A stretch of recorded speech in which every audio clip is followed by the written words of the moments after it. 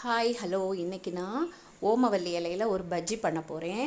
ஏன்னா இந்த மழை டைமு, அதனால் நிறைய காய்ச்சல், தலைவலி, சளி, ஜலதோஷம் எல்லாமே ரொம்ப ஜாஸ்தியாக இருக்குது. ஊரெல்லாம் ஸ்கூலுக்கு போயிட்டு வர பிள்ளைங்க கண்டிப்பாக ஜலதோஷம் இல்லைனா காய்ச்சலோடு தான் வீட்டுக்கு வராங்க.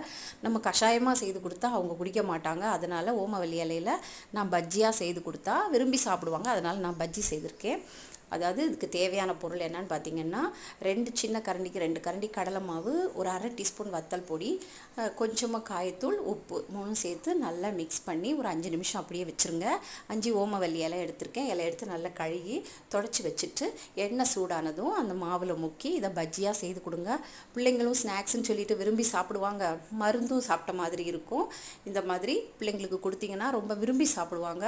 வீடியோ பிடிச்சிருந்தா லைக் பண்ணுங்கள், ஷேர் பண்ணுங்கள், கமெண்ட் பண்ணுங்கள், மறக்காமல் சப்ஸ்கிரைப் பண்ணுங்கள். இதே மாதிரி ஒரு நல்ல வீடியோவில் மறுபடியும் நான் உங்களை சந்திக்கிறேன். பாய்.